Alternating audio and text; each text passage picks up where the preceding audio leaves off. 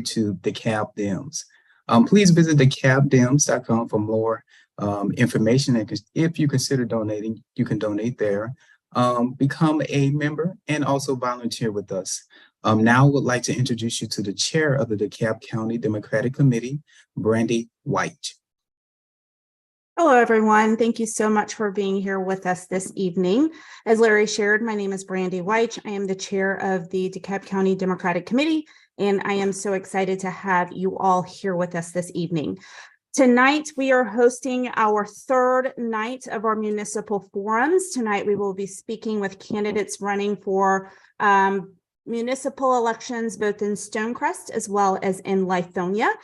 Before we get started, I do just want to share that I cannot stress enough the importance of voting in every single election that is going on in your local area. Sometimes people think that the only elections that they need to be focused on or need to be engaged in are presidential elections or gubernatorial elections. But we like to say here at DeKalb Dems that politics is local, meaning that your local elected officials can have some of the most profound impact on your day-to-day life than any other elected official. So it is very important to understand who you're voting for, understand their policy positions, and understand what they stand for with regard to those specific policy positions. And that is why we come here this evening to ask of each of these candidates their positions on specific areas to both Stonecrest as well as Lithonia.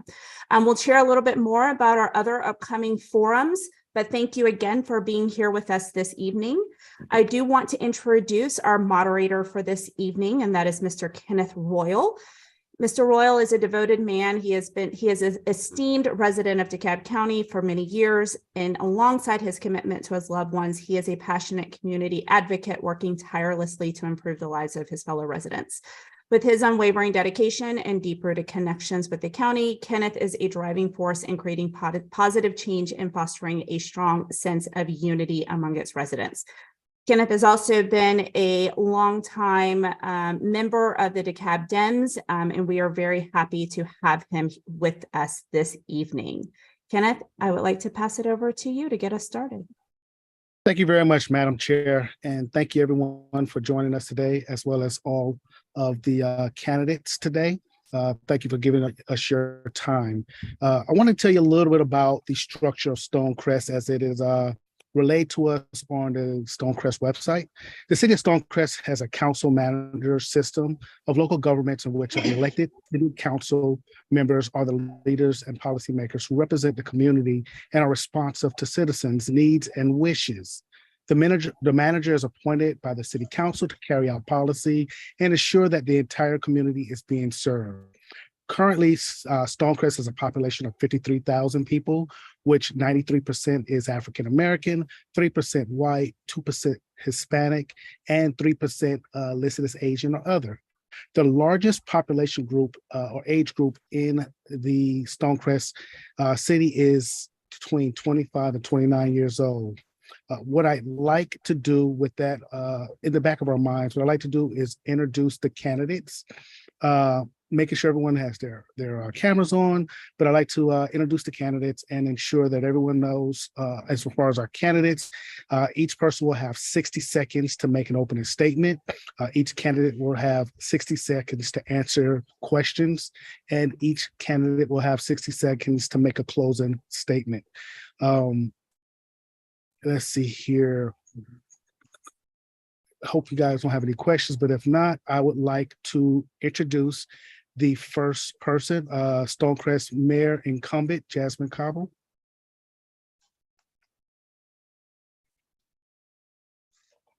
Hi, Kenneth. Can you hear me? Yes, ma'am. We can hear you loud and clear. Awesome. Thanks for having me. We really appreciate the opportunity to always share, not only with our constituents, but with the DeKalb Democrats as well. So thanks for having us. This year and last year, we have continued to set Stonecrest up to be the best city on the planet, as I like to say. We are continuing to build back a better Stonecrest.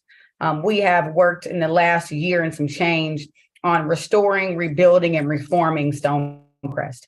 We've made a lot of progress over the last year and some change, and really look forward to the next 4 years to continue growing and building what is to be the potential realized of the city of Stonecrest.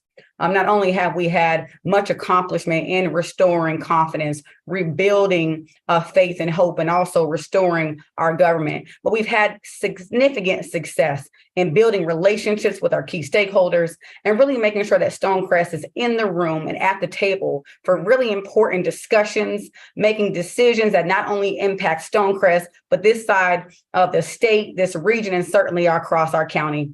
We look forward to another 4 years of making forward progress, being Stonecrest proud, and doing that together with our constituents, our stakeholders, and our city council, making sure that Stonecrest continues to be the best city on the planet. Thank you. Thank you. Next, we have candidate Diana Adoma. Good evening, everyone, and thank you all so much for hosting this very, very important event. I am Diana Adoma, offering myself as a candidate to be the next mayor of the city of Stonecrest to make Stonecrest stronger. I am assured that my 30+ years of business and work experience will bring great positive results to the city of Stonecrest. I've implemented and written economic development plans in multiple cities across the nation, and in many of those municipalities, when I left there, the cities had positive economic growth. As your next mayor, for the city of Stonecrest, I will not only collaborate with everyone, and everyone will have a seat at the table, but in addition to that, we will thrive for excellence, because that's what we voted for back in 2017. And the way we will accomplish this is, first of all, through accountability, through transparency, being ethical, and having much integrity, and bringing everybody, whether we like them or not, to the table. The other thing we have to be able to do is work with other levels of government. I've done that. I've proven I can do that. I've proven I can get things done. Thank you so much again for having me. Thank you very much. Next, we have candidate Kirby Frazier.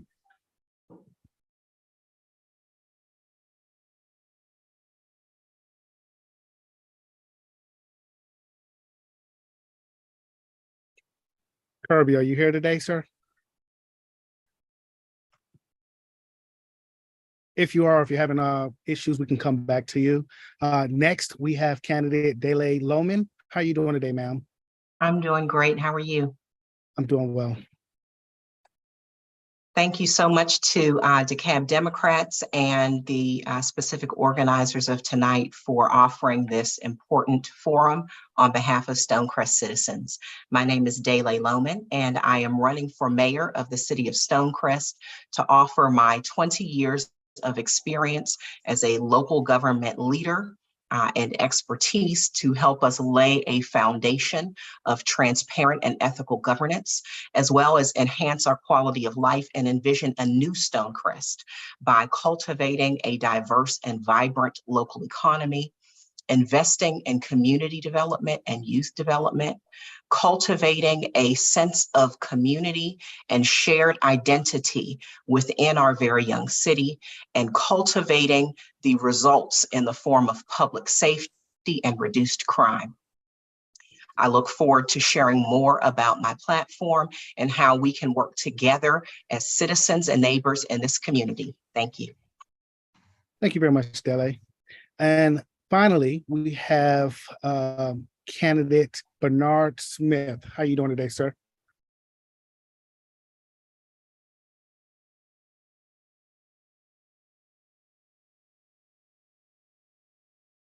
Bernard, are you here, sir? He's on mute. I'm so sorry. Can you hear me now? Loud and clear. How are you doing? Okay, I'm doing great. Thank you guys for having me. I wanted to make sure you guys could hear me clearly, and I was on mute. But yes, I'm glad to be here. Thank you guys for inviting us. This is a great forum. I totally support you guys. What can I do? What do I plan to do? First, I plan on creating a stellar model city for other cities to follow. I hear our other candidates talking about how great the city is and what they've done in the past, but As far as I'm concerned, this city has been a failure.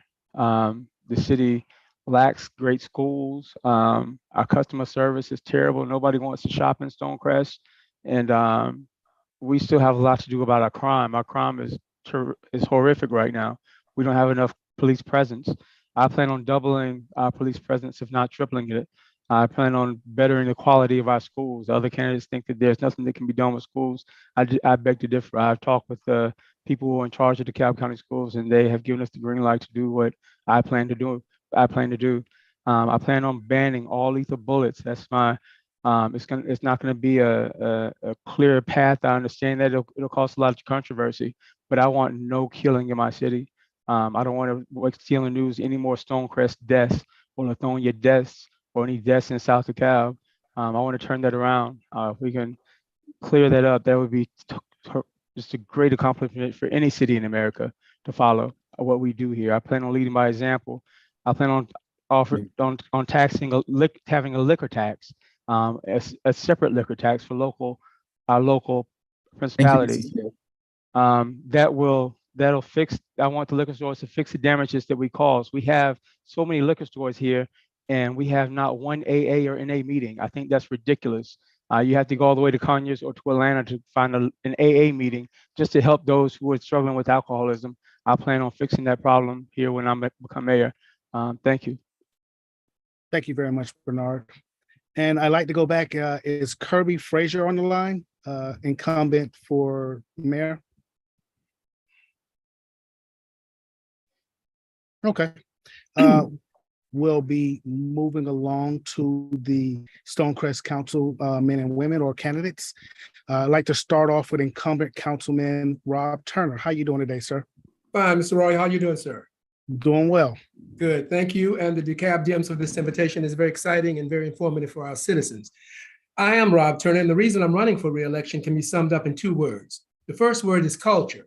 To create a culture that will enhance and empower the residents of Stonecrest, it will be a place of economic development, safety, and educational excellence. A city where our senior center population will have the things they need to live a quality life by helping with their housing and transportation needs, and to medical appointments, grocery stores, and recreational activities. To provide wraparound services for our students to ensure an equitable playing field as they prepare for their destinies.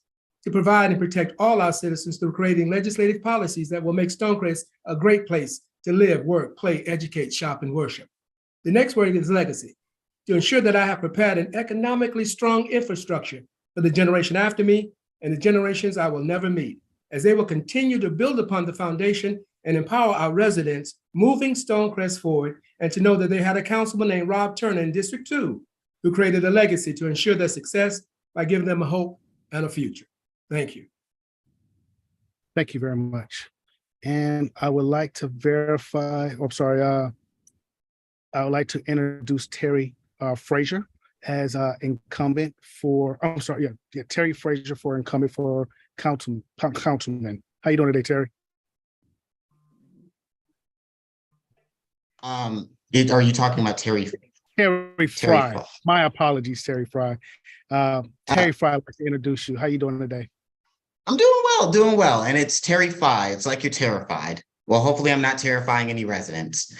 Well, so thank you so much for having us, DeKalb Dems. My name's Terry Fye, and I'm fighting to restore faith in Stonecrest. I've called Stonecrest home since I was 13 years old, and I've watched this community develop and grown up alongside it. And so as an alumni of Miller Grove, I'm ready to work. I'm really ready to work to make sure that I've worked across my collegiate and political career to increase transparency with the city, making sure we're involving citizens and getting them involved in our communities, and also making sure we're tackling property crime and increasing public safety. I really want to see this community to continue to develop as we continue to move along, grow, and become even bigger as a city. So again, my name is Terry Fye, and I'm here to restore faith in Stonecrest. Thank you very much, Terry Fye, and my apologies again. I would like to now introduce a candidate for District 2, Belinda Hall. How you doing today, Belinda?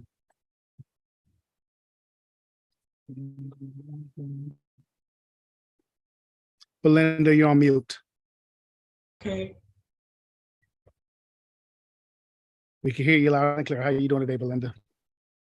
Can you Yes. hear me now? Yes, we can hear you. How you doing today? Okay, just fine. And how are you doing? Okay, I am Belinda Hull, candidate for Stonecrest City Council District 2. I am running for City Council to restore what has been lost and to place Stonecrest back on the road to becoming a world-class city. If elected as your next District 2 councilwoman, I will position the city to do what it was designed to do: succeed. My road to restore plan includes smart economic development, attracting customer-focused businesses that give back, investing in our senior residents by improving their quality of life with programs and age-appropriate activities that will enhance their overall well-being. And finally, to inspire, motivate, and mobilize our young people to take action that will positively change their world. Our Stonecrest Youth Ambassador programs will feature youth influencers who will positively impact their peers. So on November the 7th, I am asking for your vote, Belinda Hull for Stonecrest District 2. Please visit Belinda for Stonecrest and more for more information. Then follow me on all of your social media platforms. And check out my website, belindaforstonecrest.com. Thank you very much, Belinda. I appreciate that. Next, I'd like to introduce the incumbent councilman for District 4, George Turner, Jr. How you doing today, George? Doing just fine. Thank you very much. To the citizens, I say, again, my name is George Turner. People who've lived in this area for greater than 10 or 15 years, mostly all know my name. I realize we have a few newcomers that might not know who George Turner is. Let me just give you just a little quick background. I've given the last 20 to 25 years of my life working to improve the conditions in my community, whether it's organizing trash pickup, fighting unwanted developments, serving on the PTA, complaining about code enforcement or lack thereof, chairing my HOA, or coaching little leaguers. I've served with passion. Now I serve on the City Council of Stonecrest in District 4, for which I've been elected as Mayor Pro Tem. I serve with the same passion that I work in my community with, and that is to bring about just solutions to challenging issues that face us all. To those who know me, you know what I represent. If you don't know me, ask a neighbor. George Turner. Vote to re-elect George Turner on November 7th to continue what we've started in terms of standing up for a great city. Thank you. Thank you very much, sir. And finally, I'd like to introduce for District 4 candidate, Michaela Wells. How you doing today, Michaela? I'm doing well, Mr. Royal. It's actually Malika. Malika, my apologies. I need to work on my phonics. No problem. So good evening, everyone, and thank you so much to the DeKalb Dems and you, Mr. Royal, for moderating this evening. As I've shared, my name is Malika Wells, and I'm running for the Stonecrest City Council District 4 seat. If elected, I plan to bring accessible, proactive, and responsive leadership to District 4 and will work to make District 4 the cleanest, safest, and most welcoming district in Stonecrest. I will be visible, vocal, and actively engaged in our community, working to improve our city's image and repair our reputation by raising the standard of expectations for leadership and restoring faith in our democracy. As an experienced community engagement strategist, I will bring stability and help ensure that our city's administration is equipped to work in the best interests of all its citizens and stakeholders. And as my work with the Stonecrest Citizens Coalition, as well as my appointment to the city's Community Improvement District Committee attests, I'm a proactively engaged citizen, active listener, and bridge builder. And I will work with citizens, council, and city administrators to craft a unifying vision for what our city will be and labor diligently to bring it to pass. Thank you very much. I definitely appreciate that. And so next, we're going to roll into the next phase of our of this meeting. We're going to be asking the candidates several questions. I'm going to give everyone an opportunity to answer. Again, this portion will be 1 minute or 60 seconds per response. Once we do so, if we have time, we have several other questions we'd like to ask as well, but we want to make sure that we give everyone an opportunity to ask their question, to answer their questions accordingly. And the way it's going to work is I'm going to start off with the mayor and the candidates for the mayor, and then we'll roll it to the council people and the council people candidates as well. All the same questions. Fair enough? All right. So first question for the first candidate, I'm sorry, the first, well, not first, but Mayor Jasmine Cobble, incumbent, is what should the city do to provide housing that matches citizens' economic needs? Hi, Kenneth. Can you hear me? Yes, I can hear you. I'm going to keep checking on it just because I'm in different technical issues. Anyway, so I think the city continues to do what we've been doing, which is using our data, whether that's from our economic development plan, data from DCA, data from our comp plan, to ensure that our planning and zoning ordinances, our legislation supports a healthy housing mix. That housing mix should include urban and suburban, making sure that we are protecting the character areas of those parts of the city that want to continue to be serene and natural, but also ensuring that there is support to increase density where density is needed. Making sure that we are an attractive city by having a variety of a housing mix ensures that not only we are providing support to our current residents, but also making sure that we have workforce housing, economic development strategies that bring housing mixes to the city that support our ongoing initiatives to be a bigger city, a better city, and one that has density to support initiatives. Thank you. The same question for Diana, I'm sorry, incumbent, correction. No, not incumbent. Diana Adoma. I'll read that question again. Yes. What should the city do to provide housing that matches citizens' economic needs? Well, one of the things that the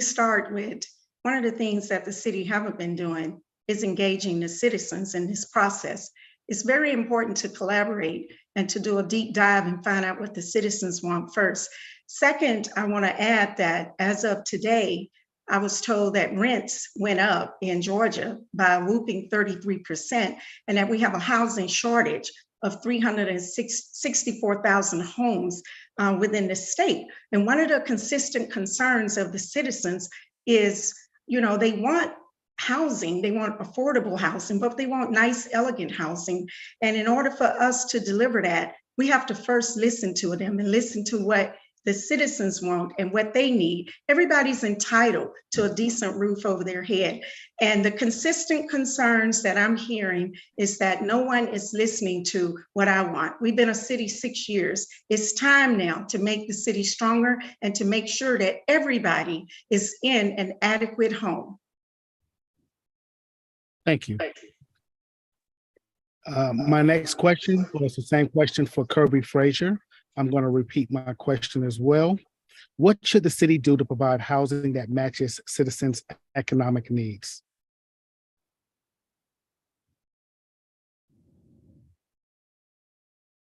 I'm not sure if Kirby was able to join us, so we'll keep moving. Dele Loman, how are you doing today, ma'am? Same question for you. Thank you. This is obviously a complex question, but I'll focus just in this moment on two parts of my multi-pronged strategy. One is addressing existing housing stock, and the other is new construction. Right now, more than 50% of our city is renter occupied. And as long as a majority of our housing stock is controlled by out-of-state investors, we cannot ensure affordability for our residents. We need to use every tool in our toolbox to try to return as much of our housing stock as possible to our residents, to ownership by our residents, and add more tools to that toolbox. We also need to change our current patterns and proactively engage and constructively engage with developers and the development community to let them know what it is we expect, need, and want from them in terms of development from the mouths of our citizens to ensure that we have a variety of housing available and that we are making up for that shortage. Thank you. Thank you very much. And Bernard Smith, same question. What should the city do to provide housing that matches citizens' economic needs? I think that one of the biggest issues that we have in our city is renters not being able to afford their rent. I understand that housing went up 30% today, rent went up 30% today, which is horrible.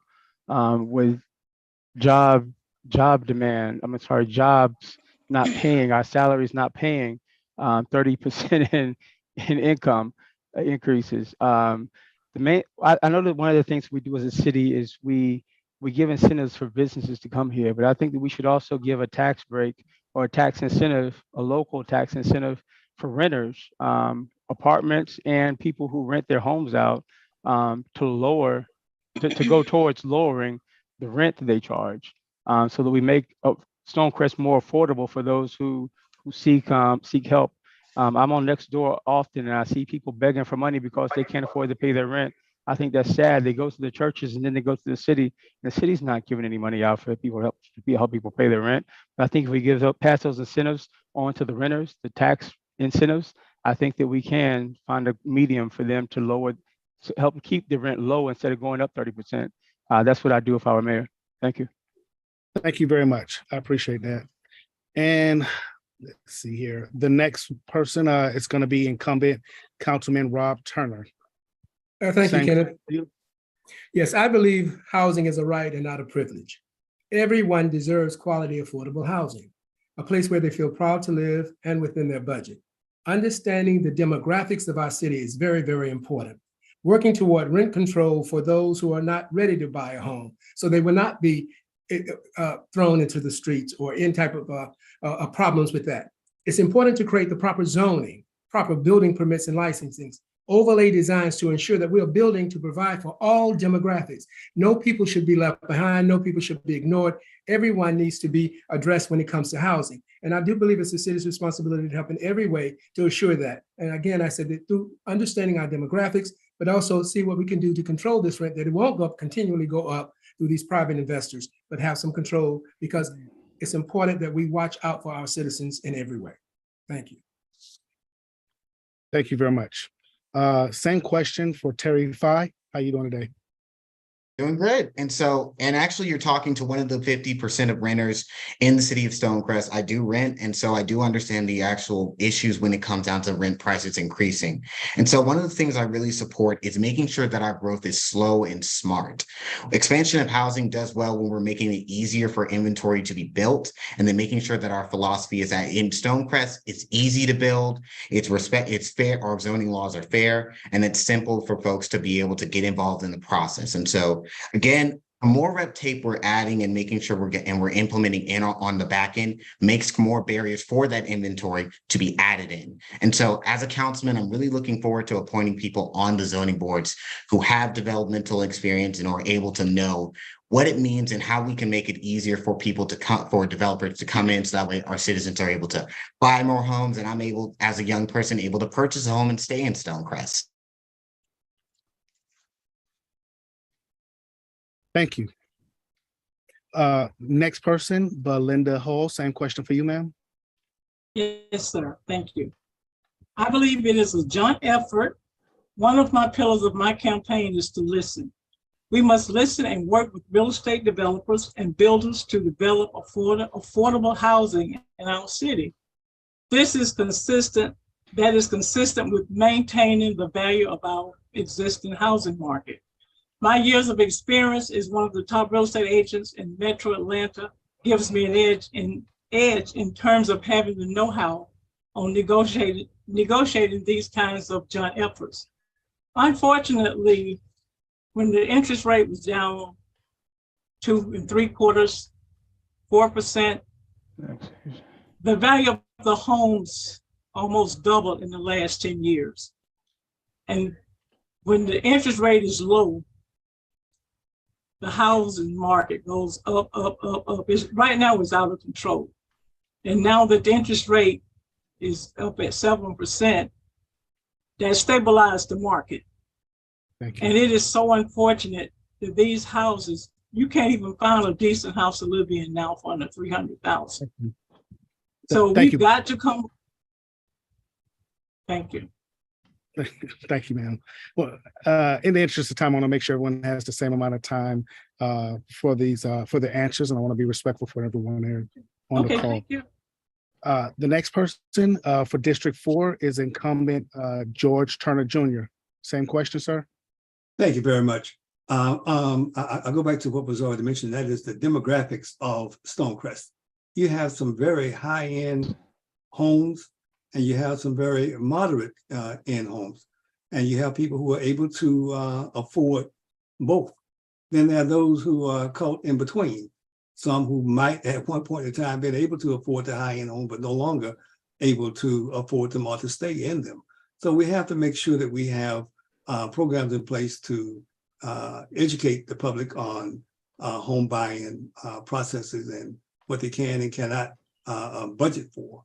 But I believe that Stonecrest has a great enough inventory on, I hate to say the low end, but on the more affordable end, as well as on the more pricey end. So it's a matter of being able to understand who needs what, and the city can deal with policies to support that. But in terms of actually building it, until the city is in a position to build public housing, and I don't think we want to go overboard in that area, it's going to be a matter of forming a partnership with the builders that service this area. Thank you very much, sir. And finally, Malika Wells, same question for you. Thank you so much. Let's see, it's giving me a signal here. So I think that the city should assess available inventory and complete a market value analysis. And we need to work with citizens and organizations like the Atlanta Regional Commission, the Partnership for Southern Equity, the Georgia Department of Community Affairs, and the Center for Community Progress to help us reestablish our housing authority and determine areas for growth and identify suitable partners to help ensure that we are providing a variety of housing to meet citizens' economic needs. Then our findings and our progress and our outcomes should be shared with the community publicly throughout the process, through in-person communication, as well as on the city's website and across social media pages. Thank you. Next question. 1 second. Going to be starting back again. The Stonecrest's largest age group is 15 to 24. What policies do you support that address their needs? This question is for the incumbent Mayor Jasmine Cobble. Thanks, Kenneth. I think that we continue to support right and pass policies that enhance job growth, policies that support entrepreneurship, policies and programs that enhance our quality of life for young adults, youth, seniors, making sure that we are able to continue recruiting and retaining experiences that bring families together, give our young folks not just the exposure to careers that they see every day, but also exposure to different careers and different focuses in those careers, such as film and entertainment, that they can still go into and make a great living off of. It's really having the ability to connect to the median age of 33, which is in Stonecrest. Find out what their wants, needs, and desires are, and be representative of that. Not only do we represent that age group, we of course represent the entire city, but being able to really focus our policies, procedures, and funding based on the median age of 33 really helps us continue to grow that group, get them engaged in our government, and also making sure that they have a quality of life while they're in Stonecrest. Thank you. Thank you very much. Next question for Diana Adoma. I want to repeat that question. Stonecrest's largest age group is 15 to 29. What policies do you support that address their needs? Thank you so much for the question. And actually back in 2018, I addressed part of that question. So I agree with everything that was just said, but those policies, unfortunately, they just don't exist right now. We've been a city for 6 years. One of the things that I've done is had the privilege to work with the late civil rights leader, Dr. C.T. Vivian. And during that time, we worked with thousands of youth, helping them get through their college prep tests and mentoring them. The other thing, as a mother and a grandmother, I can assure you that the young people are looking for quality recreation. They want entertainment. They want to be in leadership roles. And the youth council that I proposed back in 2018 would have made a difference in many of the youth lives who live here in Stonecrest. And we have to recognize that these young people, if we don't give them something to do, we're just setting ourselves up as a community for failure. As I said, I'm running to make Stonecrest stronger, to make it better. And I believe in excellence. And you can never be at the wrong time when you're trying to implement a policy that's good for the youth. As of today, that policy, that proposal I wrote have not been implemented as of today. Thank you. Thank you. Same question for Dele Loman. Thank you. And I agree. I believe that we have not seen nearly enough investment in our young people. And unfortunately, from the start of this city, there has been an attitude of disregard for our young people in the leadership and participation that they can provide. So one of the first things that I would do is ensure that we engage our young people as full citizens of this community, that their voices matter, that they should be shaping the policies of this city, because we are building it for them. And they're going to have to live with the decisions that we make, so they should be active participants in it. I would like to create youth academies for career development and youth engagement, as well as enhance our recreation opportunities for all ages and create more opportunities for people along the life cycle at all stages of life to be able to actively participate, engage in, and shape the decisions and direction of our city. Thank you. Thank you very much, Dele. Next, same question for Bernard Smith. Hey, well, I think the 15 to 29 age group has chosen what they want to do in Stonecrest. And if I don't particularly go out and club or anything anymore, I'm well out of the age group. But we have bars in Stonecrest. We have Applebee's, we have Fridays, we have the Bomb, we have Dudley's. A lot of this age, you go in there and you'll find a lot of this age group participating in activities there.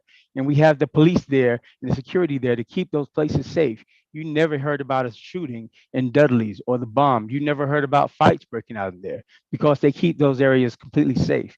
I also engage with a lot of churches in our area. I think that we should have a coalition of the churches where they can throw their activities, and hope we help promote their activities within the city on our website and give the youth and our young families places to go. One of the things that I plan on doing with our liquor tax that I'm going to charge is to build a clubhouse. I can't believe that we don't have a sober clubhouse in our city. Other cities have them, and people who do not drink or wish to participate in drinking can go there and they can engage in fun activities, whether it be a barbecue or a party. Most cities don't charge for them to throw these things in their cities. I like to have one of those in our city. I like for them to host AA and NA meetings in there. I like for them to provide somewhere for these people who don't particularly drink and like to hang out in clubs, to have somewhere to go where they can dance and just shake a leg and have a jazz night there. I'd like to. Yes, thank you. Thank you. Thank you. All right. I would like to give Kirby or Frazier an opportunity to answer the same question. How you doing today, Kirby?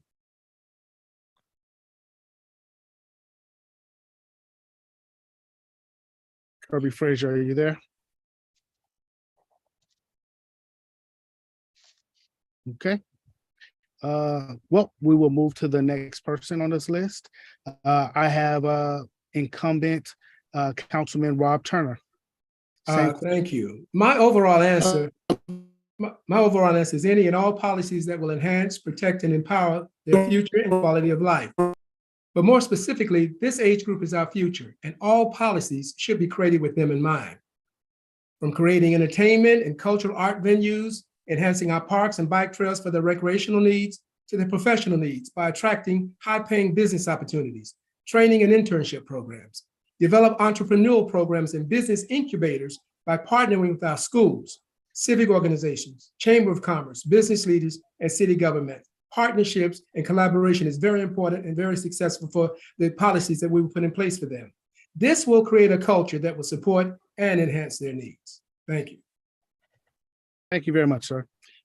Next, I will go to Terry Fay. I'm sorry, Terry Fye. Same question for you, sir. And yeah, no problem. And as one of the quote unquote youths, I'd like to say that I have a unique perspective on what young people are really looking for in our city. And we're looking for basically three things: looking for a place, community to live, a place to work, and a place to have a little fun. And my policies actually support that as the first, and I was actually the first candidate to introduce policies specifically catered to young people. So with this vision, I really want to work towards working with city staff to create an internship program, college students and high school students who are looking for the ability to actually be able to gain some of that work experience. I want to work with our high schools and to create voter registration drives in District 2 to increase our civic participation, and also work connecting with civic courses in Stonecrest schools to host a day with your councilman programs. Again, when I was a young person and when I was only 24, I passed my first decriminalization ordinance with the city because I got the opportunity to engage with leaders across the state, and giving that same opportunity to young Black men like myself in Miller Grove and Lithonia High School is something I definitely want to do. Thank you. Thank you. All right. Same question for Belinda Hall.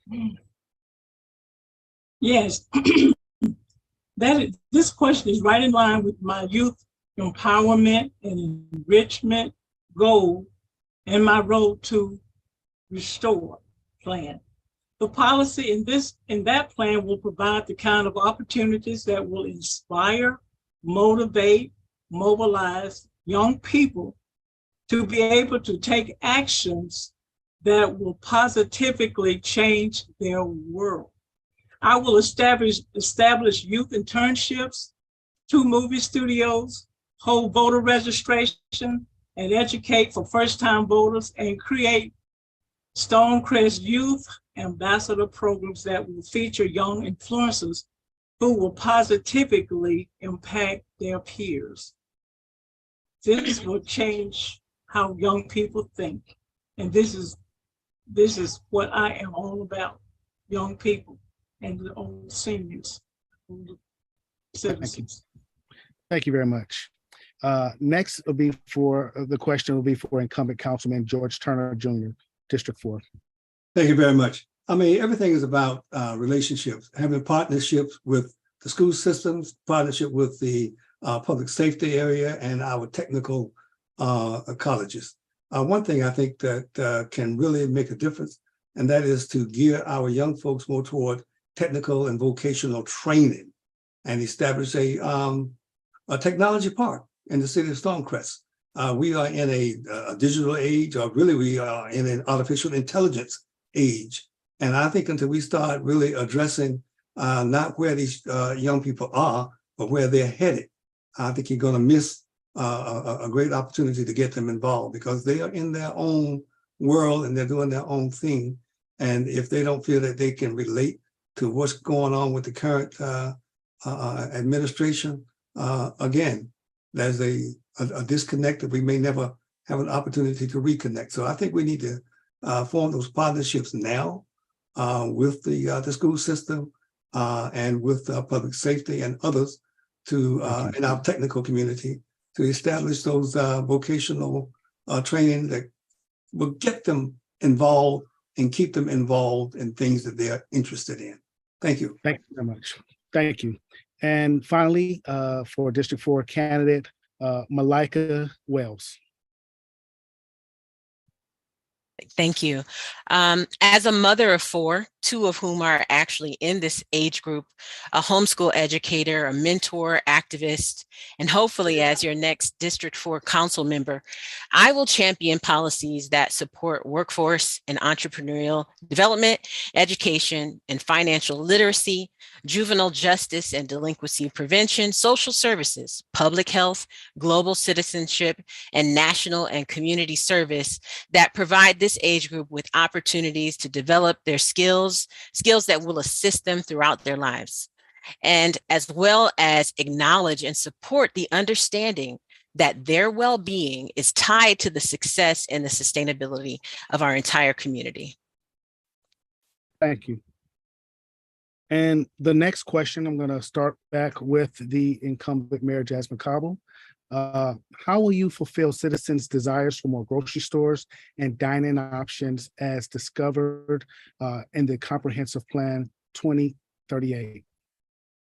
Thanks, Kenneth. Not only is that in our comp plan, we have heard from many of our constituents long even before Stonecrest was a city that more grocery stores were desirable. What we've done through not only our economic development department, but also what you've seen in our economic development plan that is forthcoming in its completion is the desire to increase density. What we've heard from our developers of grocery store chains, matter of fact, just was on a call with one of the major ones a few weeks ago, is that when they are choosing these locations for grocery stores, they're looking at the density that's around that area and deciding whether or not there's enough density to support it. What we champion to those developers is that regardless of your formula and your calculation, our community is looking to have more options for food, more options that are not just grocery stores, but to your question, also dining experiences. So we use our economic development plan along with our comp plan to not only recruit businesses that offer different dining experiences, but continue to articulate and champion the desires and needs of our community, that even though their formula may say one thing, that we are desirous of having more grocery stores in our 38 square miles that will support the needs of our residents and the desires for us to continue to have options for healthy dining. Thank you very much, Mayor. Same question for candidate Diana Adoma. Yes, thank you. The comprehensive plan was designed to be like a GPS or a blueprint. And so it guides you through a process so that you can create and build a healthy, thriving city of excellence. So you want to create that environment so that these businesses would have a desire to come to Stonecrest. Now, as a graduate of the Georgia Economic Development Academy, one of the things I learned is that collaborating and engaging with all the multi levels of government is extremely important. Let me give an example. We don't have a representative at the governor's office representing Stonecrest, like a governmental affairs liaison. We don't have people meeting with all of our elected officials. We're missing out on not thousands, but millions of dollars in federal money. The state, the feds, the governor's office, all the way down to the county, we have to collaborate and we have to engage. That is how you create a thriving community. Thank you very much. Same question, I believe, Terry Fraser, are you online? Okay, we're gonna go to Dele Lohman. How you doing today, ma'am? Same question for you. Great, thank you. And I believe that in order for us to meet this need, we will have to go from passive to proactive with our development community.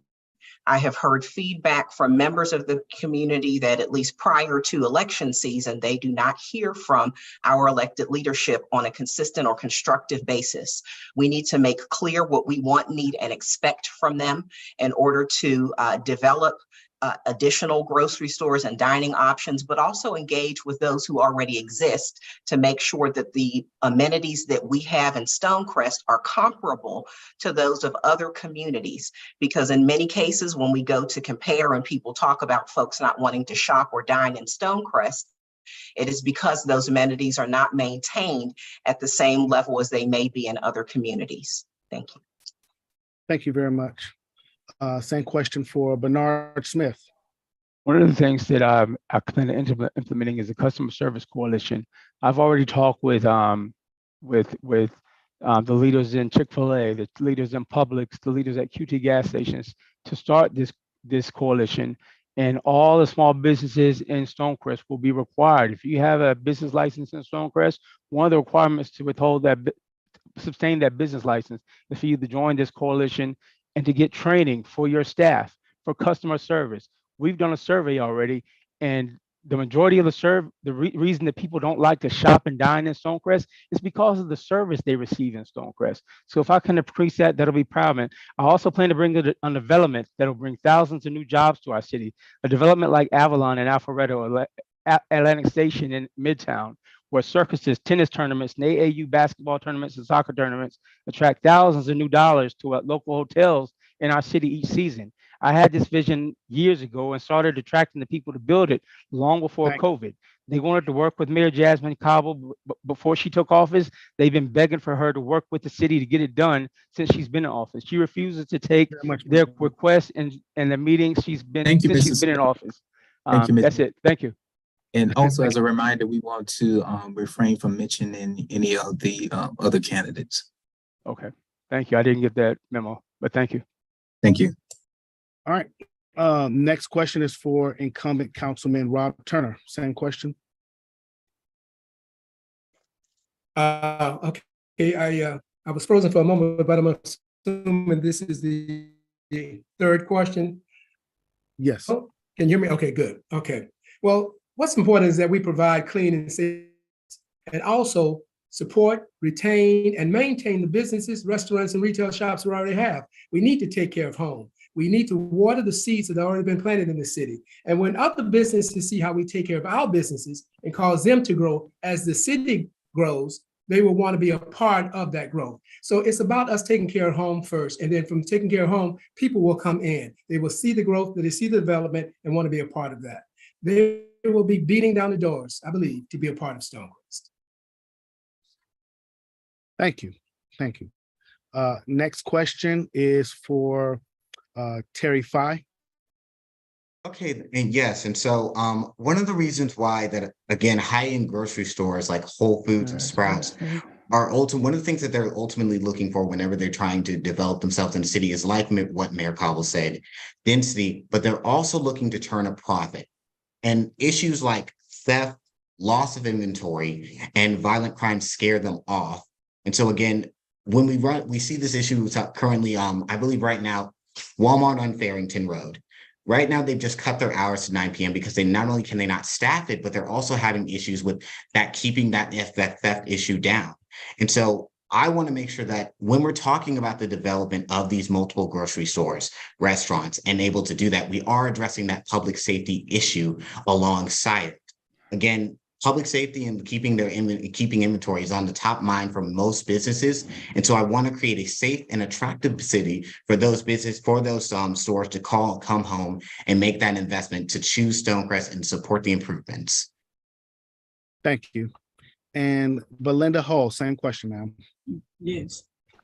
Because I am a small business owner of a dining restaurant, I know the commitment and work it takes to offer a good quality product and experience. I will use my existing relationship within the food and restaurant industries to create the economic development structure that will attract national restaurant chains, support neighborhood eateries, as well as high quality, healthy grocery stores options. It will all require, once again, a joint effort and desire of the city to work together to give the residents what they say they want and need to make their lives better. We have to support one another, just like Mr. Turner said. We have to we have to deal with and help the restaurants and the businesses that we already have here in Stonecrest and help them thrive and be outstanding to attract other restaurants and grocery stores to come into the area. Thank you. All right, same question for incumbent Councilman District 4, George Turner Jr. Thank you very much. Again, it's all about the numbers. I've been watching what has been happening all over Metro Atlanta and South DeKalb in particular. And I've watched what's happening in North DeKalb, and I just left Henry County a couple of days ago. And I've been comparing the growth as to what it took for them to improve what they had. It took rooftops, and a lot of them. And with that comes a lot of traffic. Now, that can happen in Stonecrest, but it has to be smart growth. We don't want to cut down every tree in Stonecrest in order to build the rooftops that some of the developers might want, but we're going to have to give up some, and we're going to have to probably go up with development in terms of having that density. I am all in favor of protecting green space. We need to, definitely. I love it, and I think the citizens love it as well. But in order to get some of the things that they want, that's going to have to be more rooftops, and if that means going up instead of going out, we need to take a closer look at that. Thank you. Thank you. And same question for Malika Wells. Thank you, Mr. Royal. So interestingly, at a recent community candidate mixer, some citizens learned that the city apparently lost an opportunity to see a new grocery store in Stonecrest. And I think one of the ways that we fulfill citizens' desires for more grocery stores and dining options is to make sure that we're not missing opportunities and not finding ourselves losing out and costing citizens progress. I will work with the council and the city's economic development office to determine our community's shared vision for commercial development, identify the assets we already have, assets whether or not our current zoning and planning supports our citizens' desires, and identify areas suitable for said development and engage developers who will partner with us to co-create new opportunities for our residents. I will also work with existing community stakeholders like Food Depot to support redevelopment and property improvements that not just benefit their businesses, but also increase the quality of life for all residents. And again, all of our findings, progress, outcomes should be shared in person as well as on the city's website, across our social media platforms as part of our community storytelling. These are our milestone markers that reveal our journey to becoming the world-class city we said we would be from the beginning. Thank you. Thank you. I want to thank everyone for answering these questions. What I'd like to do now is give everyone an opportunity to give their closing remarks. Again, this will be a 60 seconds for you to have your closing remarks. We'll start off with incumbent Mayor Jasmine Cobble. Thanks, Kenneth. We appreciate the opportunity as always. We are so excited about what is to come for the city of Stonecrest. The next 4 years stand to be the most exciting we've seen thus far. We are continuing to build back a better Stonecrest, continuing to reform, rebuild, and restore. There's nothing like being a part of a community that's as resilient as ours, that has a desire to be the best we can, and certainly one that serves with the purpose of making sure we have a quality of life and deliver services to all of our residents. We could not be more excited for what's ahead in our future. Stonecrest is promising. Stonecrest is the best city on the planet. And if we continue to march with forward progress, being Stonecrest proud, there's nothing we can't accomplish. 4 years is not enough to jam in all the great things yet to come, but we certainly will take this opportunity to make sure that Stonecrest realizes its potential, but also continues to move forward together. Thank you. I would like to call on Rob Turner next to give his closing remarks. Thank you. For the last 6 years, you've given me the opportunity to be on an incredible journey for the residents of District 2. Through the development of a freight cluster plan for our Snapfinger Industrial Park that will relieve traffic problems with 16-wheelers and oversized delivery trucks by providing specific route for their deliveries. This will help keep these trucks out of our neighborhoods and destroying our roads and jeopardizing our safety. by providing better and safer roads and sidewalks for our neighborhoods in District 2 through our SPLOST funding. Dispensing ARPA funding to assist small businesses, rental and housing assistance for our senior citizens, and wraparound services for our students at Miller Grove High School. I created the Film and Entertainment Commission, a strategic plan for the city that has made Stonecrest, in particular District 2, home for several movie and television studios and productions through our studios, Asante Films, Stonecrest Studios, Netflix, Marvel, Warner Brothers, and more. And there is so much more I will continue to do for District 2. This is just the tip of the iceberg. I am grateful and humble for the opportunity to serve you and be your voice, your hands and eyes as we are building this great city and District 2. And with your help, let's continue this journey forward. Thank you for the last 6 years, and I'm asking for your support and votes for the next 4 years as we continue in making history and establishing Stonecrest to be the great city it's destined to be. Thank you. Thank you. You have a wonderful day. Next, Diana Adoma. Yes, thank you. I'm Diana Adoma, and I'd like to be your next mayor. And I'm going to give you what you thought you voted for before. And that was accountability, that was transparency, integrity, and ethics.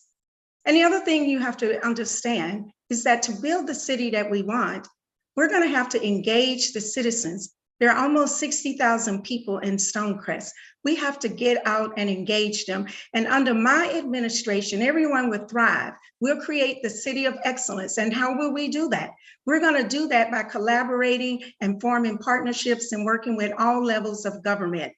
And at the end of the day, our lives are going to be much better. We're going to be stronger, and we're going to create the community. And it's not going to take me 4 years to put in accountability and transparency.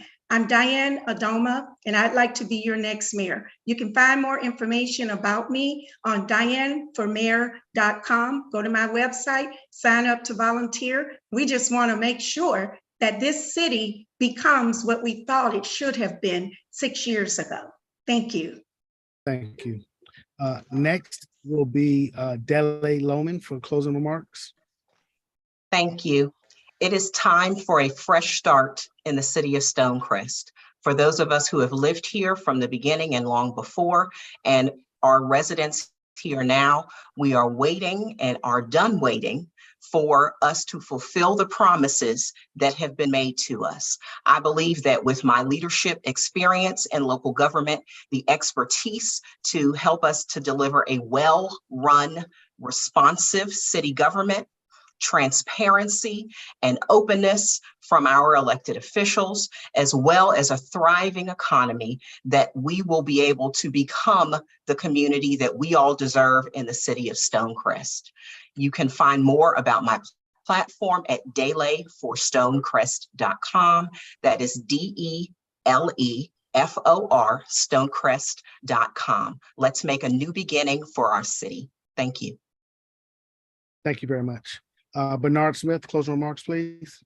I'm Bernard Smith. I'm not running as a seasoned politician. I think we're tired of politicians. I'm running as a man of faith, a man of integrity, a great father, a devoted husband, a Morehouse man, a prophet of nations, and a man of vision. God's given me a vision for this great city to make this city not only a place of soaring home values and stellar customer service with the best restaurants and schools, a safe city with no murder and very low crime, a stellar city for other cities to emulate and follow. We're so far from being the best city on the planet, but we're not the worst. But I do have a vision to make us the best. I plan on Stonecrest creating a blueprint for other cities like Raleigh, North Carolina to follow. How do I know they'll follow our blueprint? Because I've talked to these mayors and they're dying for a city to emulate. I plan to bring development that'll bring thousands of new jobs to our city, development like Avalon and Alpharetta or Atlantic Station in Midtown. I had this vision years ago, and I know the people who are willing to bring it here. They've already purchased the land and sit on the land in front of the mall to make this happen. They are serious about bringing development here to Stonecrest. They just need a mayor that sees the vision and will work with them to bring these jobs, stores, and development here to the city. Thank you. Thank you. I want to call on Terry Fye for your closing remarks. Thank you, DeKalb Dems, for giving me a moment to be here and just give people a chance to hear our vision. And the reason why I got in this race is because all of my firsts are in Stonecrest. I got my dad bought my first suit at Evolve over at Stonecrest Mall. My mom bought my first car over on Hillendale Road, and I walked the stage over at New Birth from Miller Grove. I have no choice but to fight to make sure that people have faith in the city and people believe in the city. So I want to make sure that I'm fighting for your vote to restore faith in Stonecrest so we can prepare our city and make it the best city on earth. I want to make sure that I can do that. So if you have the chance and want to learn more about our vision, you can stop by our website at terryfi.com, and you can definitely click on those issues to learn how we're going to increase transparency, fight against crime and improve public safety in our community, and make sure that we're fighting to promote quality of life. Thank you all so much for your time, and I hope you guys have a blessed rest of your night. Thank you. Belinda Hall. Yes. In closing, we are at a critical moment in our young city's life. I am running for city council to restore what's been lost, to regain our standing in the area, and to take Stonecrest back on the road to becoming a world-class city. I've been right here in this community as a wife, a mother, a neighbor, a business owner, community leader. I hear everyone's cry. Most important, we have got to listen to all of our constituents, and together we can come up with a solution. The community still has not received the help it needs. The residents still have not received the attention they deserve. As your next councilwoman, I will listen. Thank you. Thank you. All right. I would like to give incumbent Councilman George Turner Jr. an opportunity for his closing remarks. Thank you very much. I close the same way I open, and that is that people living in this area know George Turner, and they know what I represent, and they know that I will stand on my record. What we've done in this city over the last 6 years has just been incredible. Yeah, we've hit some glitches, and we're going to hit some more glitches, but we are the ones who resolve those glitches and put the city back on the right track. And I am convinced that we are headed in the right direction. We have the right team, and we are delivering results. And you're going to see more and more results. Stonecrest in this long 6 years has accomplished a lot. We are just getting started, folks. I just ask for an opportunity to continue that quest, and I ask for your vote and your support on November 7th to continue as District 4 council member. Thank you very much. Thank you very much. And finally, Malika Wells, your closing remarks, ma'am. Thank you, Mr. Royal. Again, my name is Malika Wells. I'm running for the Stonecrest City Council District 4 seat. A vote for me means accessible, proactive, and responsive representation. And Stonecrest, this is an important election. You have the opportunity for a fresh start, and it's important that we not squander it. Early voting starts October 16th. Election day is November 7th. I would be honored to have your vote. And I appreciate those of you who have already let me know that I can depend on your support. And I would welcome opportunities to continue connecting with community members. You can reach me at 404-594-2460. Invite me to your home. I'm coming. Let's have coffee, let's have tea. You can find me online at www.malika44.com, and I've entered that into the chat. Please get that information. Follow me on Facebook and IG. Thank you. Thank you very much.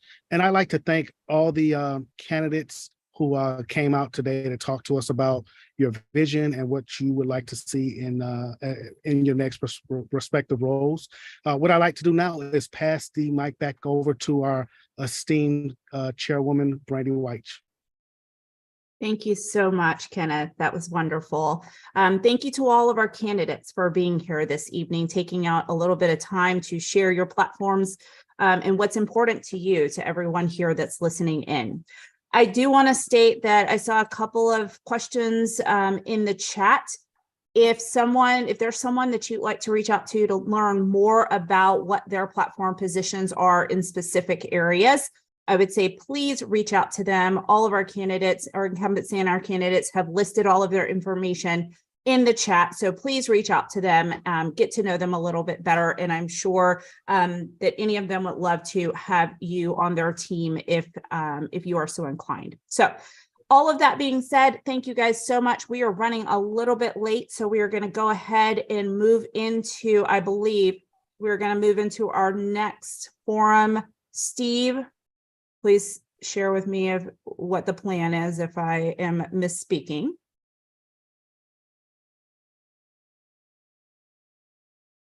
All right, I believe that we are moving into our next forum, which is our Lithonia forum.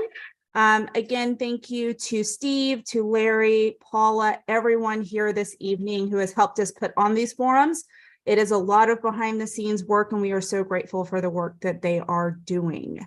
So we are going to move on so that we can make sure that we have enough time for our Lithonia forums. Steve, do we have everyone on, all of our candidates on for our Lithonia forums? We do not, but Mr. Honore is present so far. Okay, we are going to give them just a couple more moments to join us.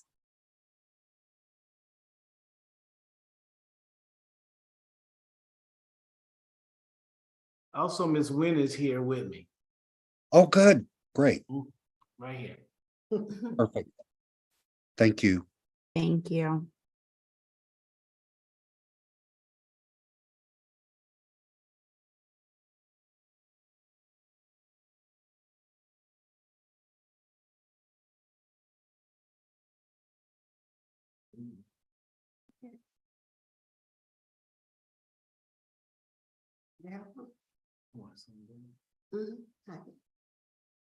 Oh, can you hear me? Can you hear us? We can hear you. Okay. Did you ask a question? I wasn't paying attention. Not yet. Okay. Miss Wynn, would you pronounce your first name for me? Yes, it's Venera. Venera. Okay, thank you. I'm Dr. Bolton. I'm going to be the moderator. Venera Wynn and Daryl Honore. All right. Okay.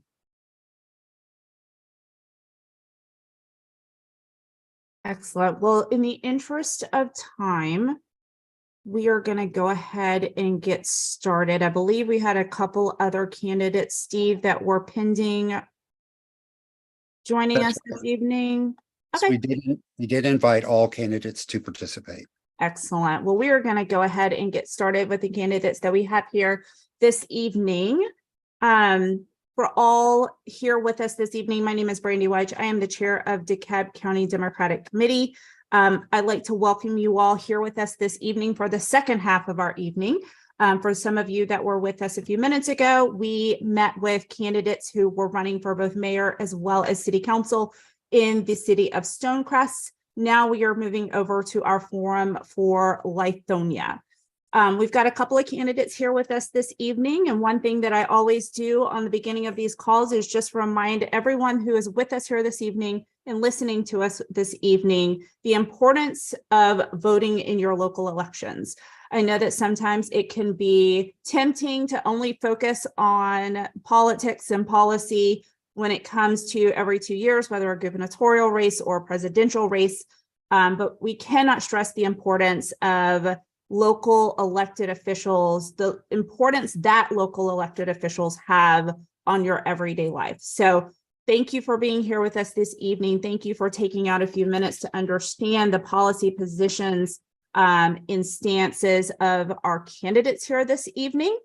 I would like to introduce you all to our moderator that we have this evening. Our moderator is Dr. Ladina Bolton. She is a former vice president for the Georgia DeKalb Young Democrat Benefit Corporation and the current chair of House District 85 here in DeKalb Democratic Committee. She is best known for organizing DeKalb Young Dem's first countywide in-person absentee ballot drive, which helped make age group 18 to 35 the fastest growing voter population in 2020. Dr. Bolton's efforts paved the way for her to serve on the Women of Warnock Advisory Council, coordinated campaign to elect Stacey Abrams, and to lead with Amplify Action campaign to elect Biden Harris. We are very fond of Dr. Ladina Bolton here at DeKalb Dems as well. She is an active post seat holder and is she shared chair of House District 85. And we are very happy to have her here moderating our forum here this evening. So I am going to pass it over to Dr. Ladina Bolton. The floor is yours.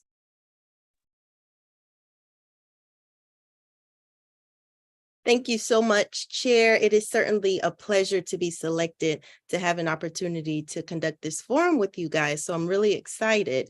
I do want to share for those of our patrons who are watching today, just give you a bit of a reminder of the structure of the Lithonia city government. And the city of Lithonia is governed by a mayor and a 5-member council, all elected to 4-year terms. The city administrator, nominated by the mayor and confirmed by the city council, is responsible for the day-to-day operations and management of the city. And with that being said, this is my opportunity to thank all of you all for joining us, to thank the candidates for joining us as well. It is such a pleasure to be able to hear your platforms today. We do have a couple rules for you guys to follow. First and most important, make sure you keep your videos on. We want to see you as you share with us what you want to do moving forward. Also, make sure your audio is on, when you're speaking, and in the interim, make sure it is turned off. Each of you will get 60 seconds to make your opening statement. You'll get 60 seconds to answer each of the forum questions and 60 seconds to make your closing statement.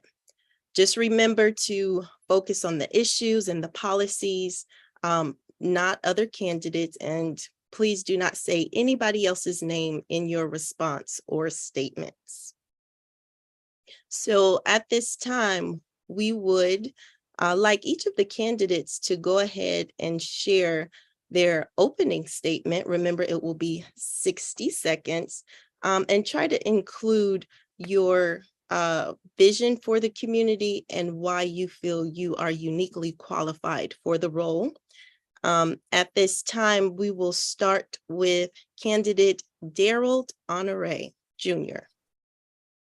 How you doing? Hello, everyone. My name is Daryl Honore.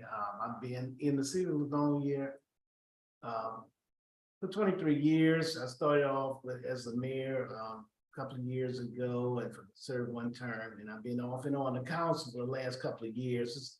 If I win this seat, it will be my 16th year serving out my community. I feel as though it just so happened that now I'm the oldest statesman on the council. Very close not to run this term, but I did because we got a lot of exciting things happening in the community for the youth coming up, and I would like to be a part of that and molding that for the future. I think it's very important to engage the young folks in the city of Lithonia now with all the things that are happening, and also not only the youth, but the young men. And the grant that we received, $1.2 million for the city of Lithonia, is huge, and we definitely have a lot of things going on. So my candidacy was more to come back and participate in the crafting of that situation. And, thank you so much, Mr. Honore. At this time, we will have an opening statement by our next at-large candidate for the Lithonia City Council, and that is Ms. Venere Wynn. My name is Renera Wynn. I was born and raised here in the city of Lithonia. Before becoming a council member, I was an advocate working in the community with other people that served on city council, served as mayor. Being a part of Lithonia is very important to me, making sure the concerns that we have, that they are heard, and for the people to know that they're being heard, and action is being taken to meet whatever commitment or whatever is required is very important. And once again, I too am very excited about some of the things that are coming forth. The city is beginning to strive as never before. Everyone is very excited. They want to participate. They want to know what they can do. And I'm running for re-election because I would like to be one of the persons that make those things happen and get our community involved as well. All right, thank you, candidates Honoré and Wynn. As a reminder to our guests, all of the candidates for Lithonia, mayor and city council were invited. And this evening, these are the candidates that chose to share with us. So we really appreciate your presence. Thank you so much. At this time, we're going to go ahead and move on to the question segment of the forum. We're going to begin with one candidate and we're going to alternate the person who will answer first. Our first question that we have for you is, do you feel that the Lithonia community is currently well served with local news and information? If elected, what is your plan to expand the information environment of Lithonia? And would you consider providing citywide Wi-Fi? And we'll start answering the questions with candidate Wynn. I definitely think Wi-Fi would be an excellent thing for the city. It is something that truly needs to be looked into. And I'm very grateful too that the libraries are working with us at this time. And hopefully the city will be able to come up with a plan so it can be available to every person in the city. And what was the other part of the question? Sure, no problem. I believe you answered the second part. The first part of the question was, do you feel that the Lithonia community is currently well served with local news and information? And that second part was, just to iterate, if elected, what is your plan to expand the information environment of Lithonia? Okay, I think that the city of Lithonia, it does, however, like any other organization, we can and we are working on doing a better job. And a lot of council members, we do engage with the community. We do try to make them aware of what's happening and where it's happening at. We do have a website that they can go to. However, we do realize everyone do not go to it. So therefore, as not only as a council member, but as a person in the community, it's our job to pass on what we know so they too can be involved and aware of what's happening and have a voice in what's happening. Thank you so much. Candidate Honoré, your answer to the question? Okay, yeah. I would love to have free Wi-Fi throughout the city. It's small, and I think we could do it. It's not that complicated. I have my business here on Main Street, and there's a lot of traffic, a lot of people, pedestrians walking. It's been hard, so that was probably one of our most challenging things is communication. Let people know what's going on. We did put up a new electronic billboard on Max Cleveland, which is kind of like the pass-through to communicate to the citizens. But it's such a mixture of people, young and old here, that some of our senior citizens, which they learned through the senior center to deal with the computer, and a younger group kind of won't log on to won't log on to the city's website because they're doing other things than looking for what's happening downtown Lithonia. But we're gonna have to be creative and see how we can engage them, that we could, become, I don't know, friends with them on the post, or at least do some advertising that may communicate to the younger folks. And younger, I mean, younger adults in the area. I think that was it. Thank you. And for those of you, our patrons who are just joining us, this is the forum. for our Lithonia Council Member at Large seats. And today we have with us Daryl Honore and Candidate Wynn. So they've already introduced themselves to us and answered the first question. And now we're going to switch and start with Candidate Honore. The question, the next question that we have for you guys is, how can the city of Lithonia reduce barriers to increase the supply of affordable housing? Is the city of Lithonia coordinating enough across agencies and different levels of government to address affordable housing? Yes, Lithonia, the main thing about the city of Lithonia, we have, I would say, 40% or more of housing, public housing in the city. We're pretty much the only city probably that have that. We're working on making those changes for affordable housing. We have another plan also. A lot of the lots in the city of Lithonia are large, with a one house, pretty much taking up a large portion of land.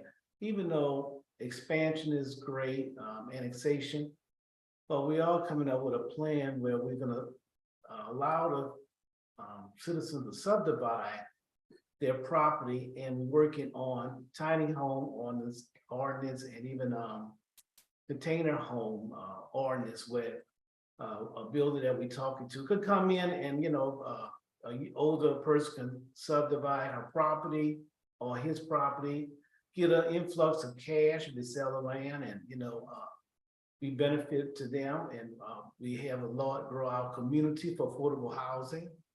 And affordable housing is kind of, 250, I guess, which is, a lot these days.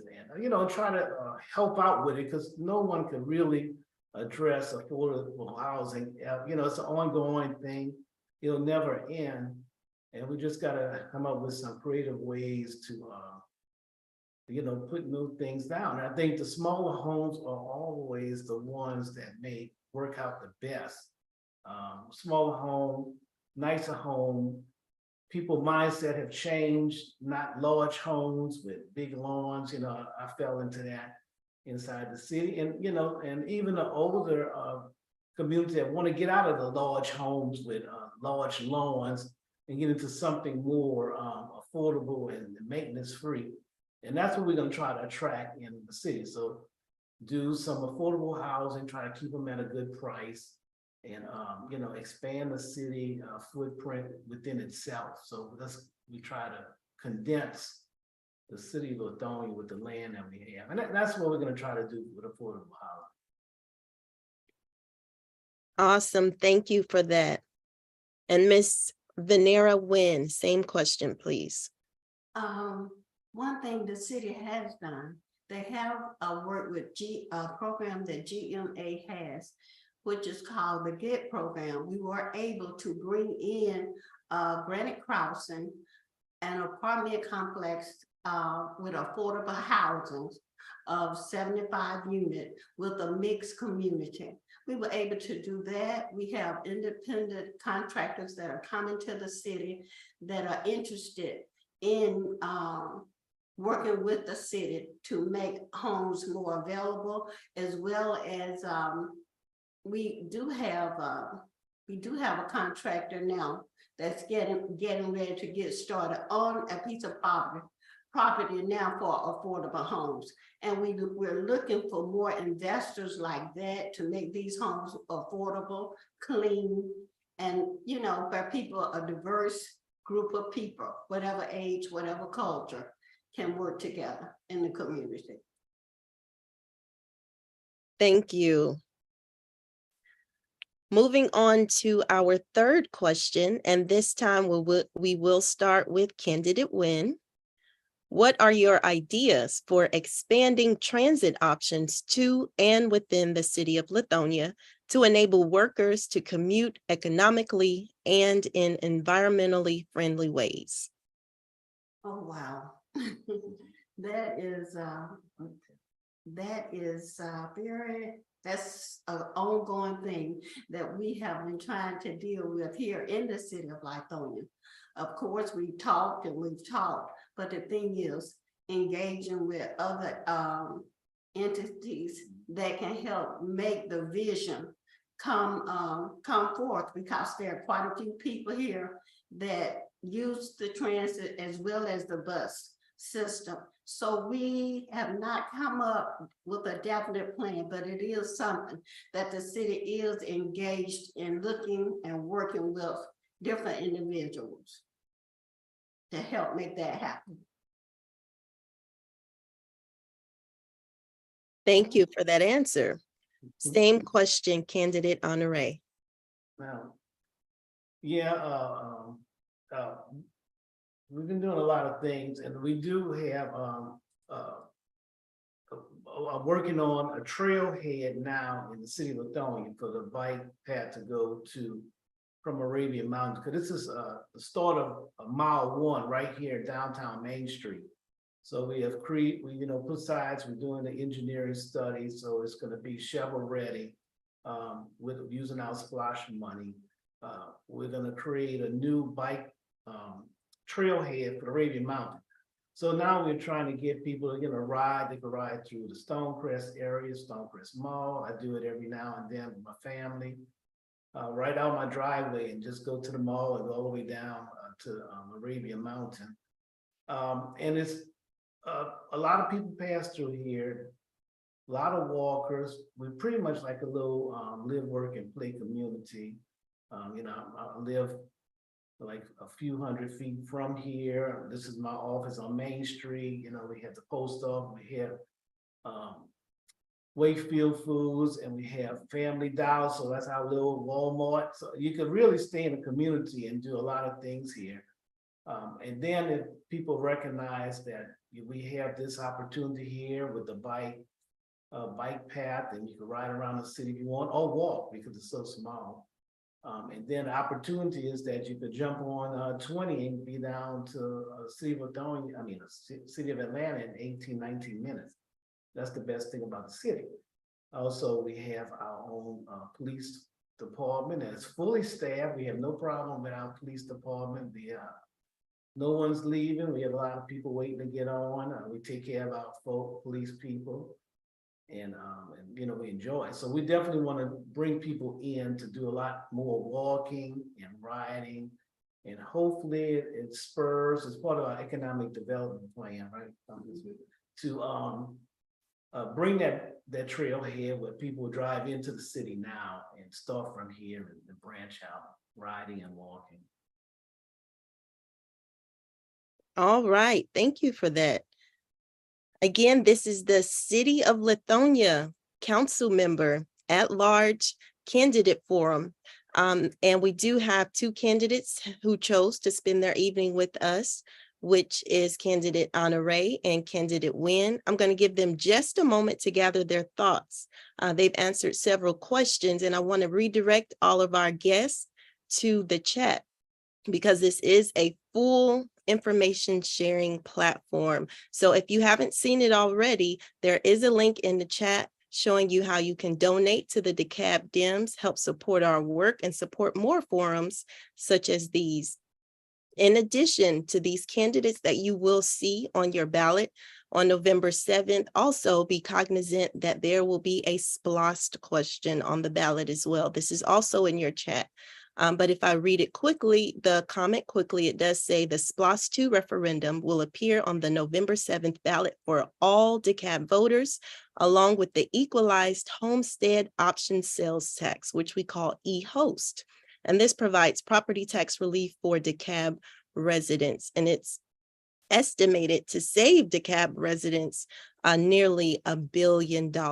So make sure you go and do your research on the SPLOST 2 when you go out and do your research on these at-large candidates as well.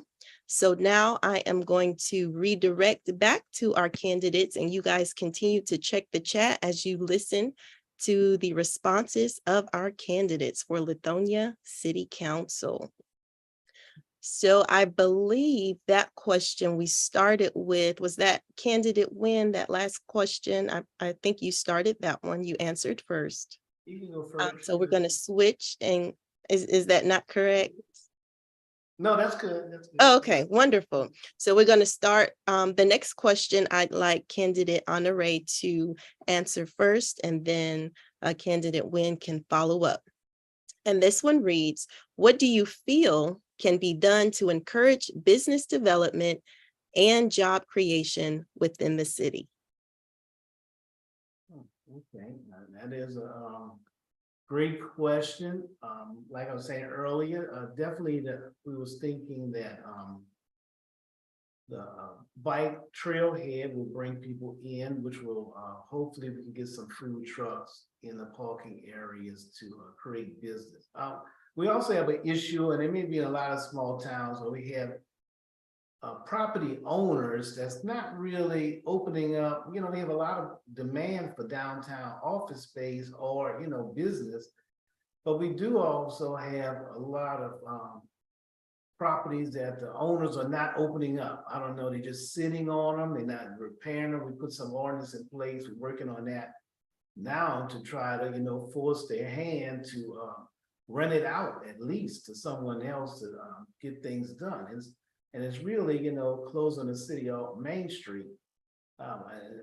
You know, we just don't know what's going on with that. So that's one of our economic development plan, and definitely the bike path.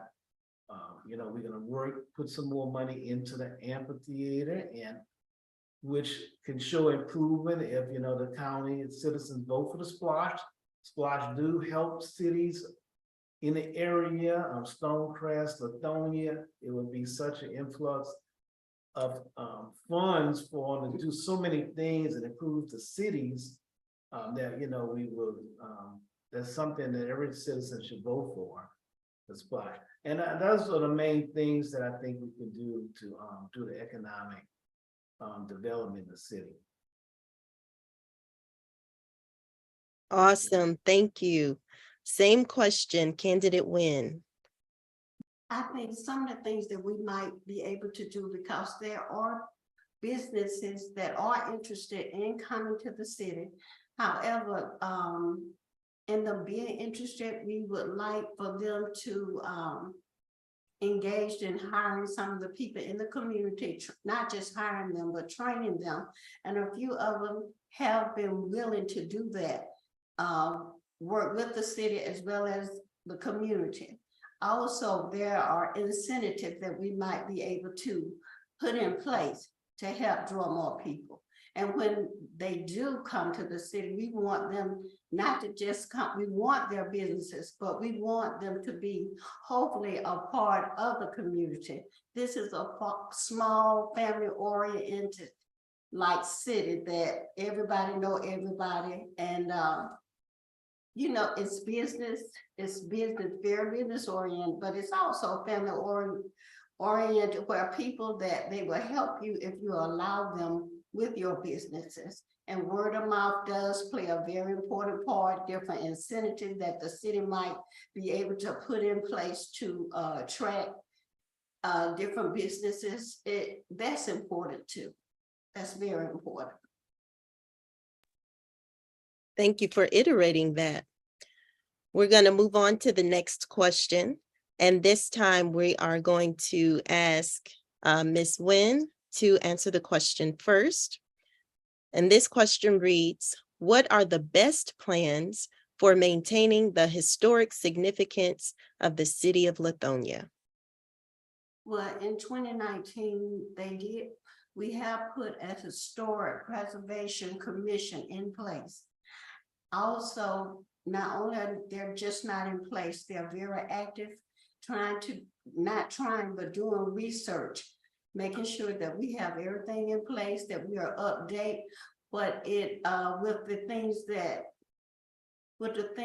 it takes for a historic, to maintain our historic district. Those are some of the things that we're doing. We're also inviting different people who have worked in this field for many, many years to come and come and speak with not just the commission, but speak with the people in the community. So in them having this property, they'll know what it takes to maintain it and how to go about finding out what needs to be done, what can be done on this property. Thank you. Same question, Mr. Honore. Well, I was listening to, all right, so, when was it? Would you like me to repeat the question? I can do Yes. that. Yeah. What are the best plans for maintaining the historic significance of the city of Lithonia? Well, that is important, like Ms. Wynn was saying, we had put a committee in place. Anyone that comes into the city for any permits or any change of exterior of the home has to be approved by the historic committee. That's something that we put in place to stop, people coming in and just turning things around on these older homes. They're very old. I have an older home too that's been here for 100 some years. And it takes a lot, and it's an important type of person that will buy an older home because it requires a lot of maintenance. So, there's a lot of things we have to be careful with people buying these homes, because it's a continuous maintenance thing now for older homes, because it's kind of like a breathing organism. It's all wood and and plaster is, my house has no plastic in it whatsoever. It's just wood and plaster, it's and glass. None of the modern things, and it's things that you got to constantly repair and keep up with. Those are the most important things to watch, is to make sure we keep everything looking historic in the downtown Lithonia. A lot of history here, a lot of deep history in the city of Lithonia. Thank you. There certainly is. And we do have one more question and also closing statements. So to all of our guests that are watching, if you do have any questions, just take the next few minutes while you're listening to put your questions in the Q&A. And if, excuse me, and if we have some time, we may be able to get to your question before the candidates do their closing statements. So please make sure you're putting them in the Q&A. So we're going to start with candidate Honore this time. This is the last question, or pre-written or predetermined question, excuse me. In 2018, there was a vision for Lithonia. I'm sorry, excuse me. In 2018, there was an Envisions Lithonia report with several suggestions to make Lithonia a more livable and environmentally responsible place. If you are elected, what will you do as city leaders to help the city of Lithonia achieve greater livability for all age groups? And if I need to reread that, because I kind of chopped it up in the beginning, I totally understand. Right, the vision, right, for 2018, from 2018.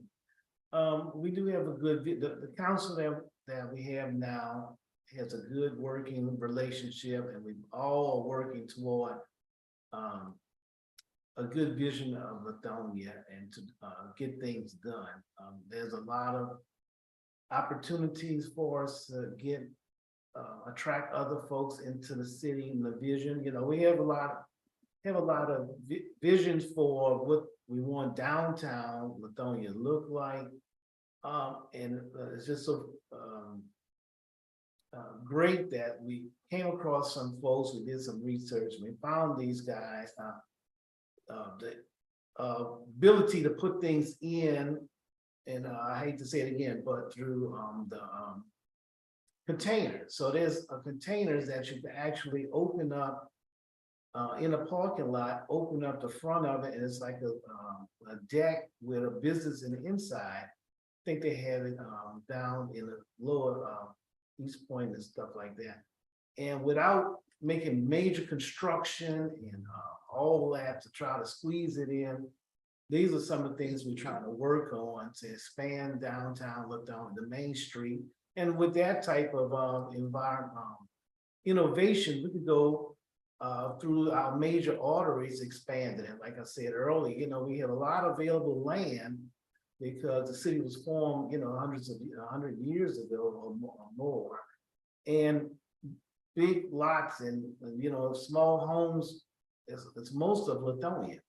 So now with this new idea, innovation with smaller homes and being comfortable with it, most people are now, even from youth to seniors. Those things are very attractive now to individuals, and hopefully we could use that innovation to change the city. Small city, we can handle it. Just take us 30 days to make a vote, without the legal things, and we get things done pretty fast. And that's why I want to be a part of the city council. We have some big things happening next, even within the amphitheater, some improvements to get it done. Thank you. Thank you. Same question, candidate Nguyen. And that question is, what is the vision? Could you repeat the question? Yes, ma'am. And I'll read all of it. In 2018, there was an Envisions Lithonia report with several suggestions to make Lithonia a more livable and environmentally responsible place. If you are elected, what will you do as a city leader to help the city of Lithonia achieve greater livability for all age groups? I think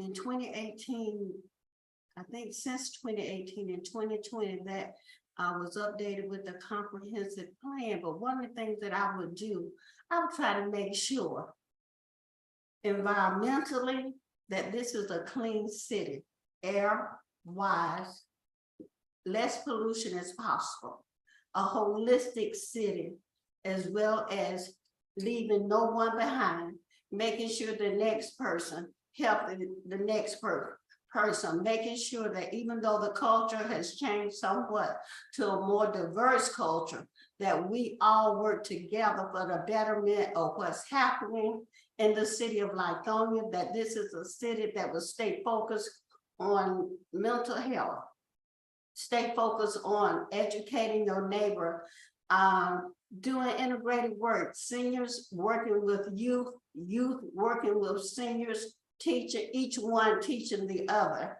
Because right now we're living in a world where everything is about computers, and everybody's not computer savvy. So therefore, I would like for everybody to be on board so we can be self-reliant to a certain degree. So we can help ourselves be more responsible, and that the government here in the city, that we would stay on top, try to stay on top of everything, making sure no one is left out. And that's a hard thing to do. And as Mr. Honoré has said, there are a lot of things that were started this year that I would like to see come to a full completion. And it will take another 4 years or maybe another 4 after that. That's why I am running again for council. Wonderful. We have another public service announcement. Before we we do have some questions in the Q&A. Thank you guys for joining in and participating, getting engaged. Another way for you to get engaged is to join the DeKalb Democratic County organization. If you go to your chat, I'm going to redirect you to the chat once again. There is a link there where you can join the organization, become a member, and know that you do support these sorts of forums, our get out the vote efforts, and so much more. So whether you used to be a member or you're going to be a new member, we encourage you to click that link and join for membership. As well, if you have skills, we do need help with technology and communications. I see some folks online that seem to really be having fun with the forum. Come on, become a member and join the technology committee. All righty, guys. So now what we would do is go to the Q&A. There are 2 questions here, but they are related. And it appears that we had someone who was a patron in the last forum who kind of merged the question or put forth a question to help merge the communities together. And the question reads, how could you envision collaboration initiatives with the city of Stonecrest? And if you can, can you elaborate on how both cities might benefit economically and or politically in this collaboration? So we will start with Ms. Nguyen. I'm sure somewhere in the future, there might be a collaboration, if not now. And it's something that is really worth looking into to see if we're all on the same page and we're wanting the same thing. So it's just something that we would have to sit down and discuss, come to the table and see what happens. Thank you for that impromptu response. Mr. Honore, would you like to respond to the question as well? Yeah, it's a great relationship. Jasmine, Mayor Cabo has been a good friend with the city, and she has reached out to us and helped us out, and and talked with. I mean, feel like we just should meet Mayor Reynolds and Mayor Cabo is almost like a double mayor for the area, because they work together well. And the vision that Ms. Cabo, Mayor Cabo had for Stonecrest, we're right there. So it's not a separation, but it's kind of like two Siamese people joined together at the hip. We have the trail that runs, starts in Lithonia, runs through Stonecrest. The Arabian Mountain works with us all the time, and we go to. I just participated with our business community, with Stonecrest business community, and anything that we need to do, to celebrate. We're right here on Main Street. Like if the Democratic Party wants to have a fundraiser signing of voters, just come to the meeting. We close the Main Street down. It don't take us no time to do that. And so we could do things more or less a little city hub part of Stonecrest, and the Stonecrest is a big industrial section, and larger city, but they're just so close that we can enjoy entertainment with one another. The amphitheater, and like a little entertainment district of this east side of DeKalb County. So that's the best thing about having two cities. In a small one, we can get things quicker, not a lot of bumping heads. That's why I'm sitting here with Councilwoman Nguyen. We both are running, but it's not that type of competition. There's two seats available, and we work together. So I think that's one thing we can improve on. Come up with some other ideas. That would be exciting next year. I mean, the years coming, to come up with some good ideas for both cities. Awesome. You're getting some support in the comments. We have someone that says, great question and recommendation for active collaboration between the two cities, Stonecrest and Lithonia. Let's make this happen. Great questions, you guys. Well, we have come to that time where we're winding down, and it's time for our candidates to give their closing remarks. 60 seconds, if you can keep it down to 60 seconds, because we are at 7:53. So at this time, we will have candidate Honore. Please give us your closing statement. Okay. Well, my name is Darryl Honore, and you could look up myself with my information on Councilman Honore. CouncilmanDarrylHonore.com. Well, I'm all excited to try to run again and get back into the position. I've been there twice. This will be the ending of 16 years of being a council person, and I'm pretty much will be hopefully done with it. I enjoy it so much. We have a great plan coming up, and that's why I stayed on a little longer. The citizens encouraged me to stay a little longer, since it's going to be so exciting in the next 4 years. that, I should be a part of, and I want to be a part of. That's what we worked for years to where we are now. And the main thing is, we have a small votes count so much in the city of Lithonia. You can win by 1, or you can lose by 1. I have won by 6, and I lost by 1 before. So it's so tight, and the main thing that I'm doing now is running to get back in a position of 2 seats, 4 people running. And with this win here, I just have to win the 2nd seat. So, I'm pretty sure the smart people win all the time. But, and I enjoy it. I enjoy being on the council, and the mayor, Reynolds, does a great job, even though we had 2 years, poor mayor, she went, 2 years in COVID, and then she battled cancer for a year.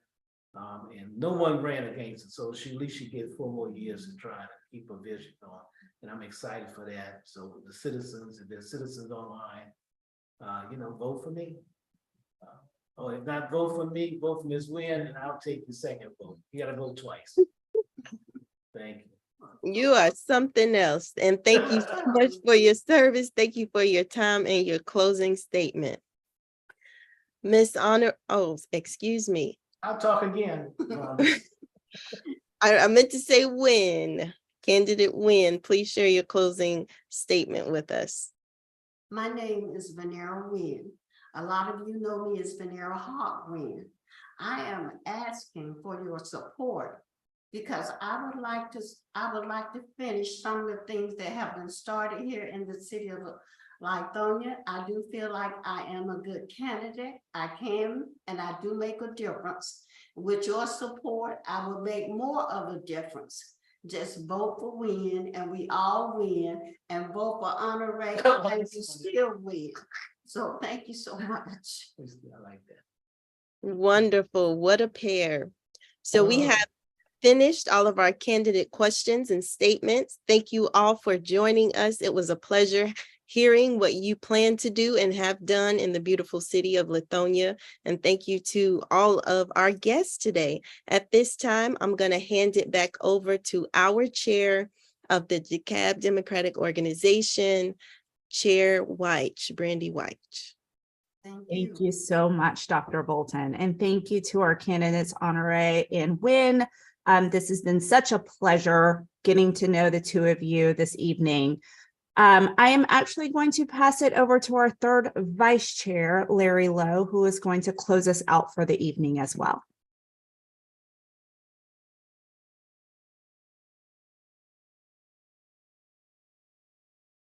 Thank you, Chair. And thank you all to the candidates and also to the participants. It's very important that you all participate in our democracy. And this is one of the ways in which you can participate. Also, I would like to thank our tech team, Ms. Leona Perry, in addition to Amy Farrow, Denise Patterson, Paula Anderson, and Gareth Lay Cornu. Without you all, we'd not be able to put this together. Again, thank you to our forum moderators, Dr. Bolton, and also Mr. Kenneth. Putting this all together has definitely been a team effort, and our next forum will be next Wednesday, September the 27th, with candidates from Stone Mountain and Clarkston, starting at 6 p.m. and 7 p.m. respectively. So tell a neighbor, tell a family member, and tell a friend to visit decabdems.com and click on our events tab to register. Thank you all and have a good night. Thank you. Thanks, everyone. Bye-bye. Thank you all. Have a great evening. Thank you so much, everyone.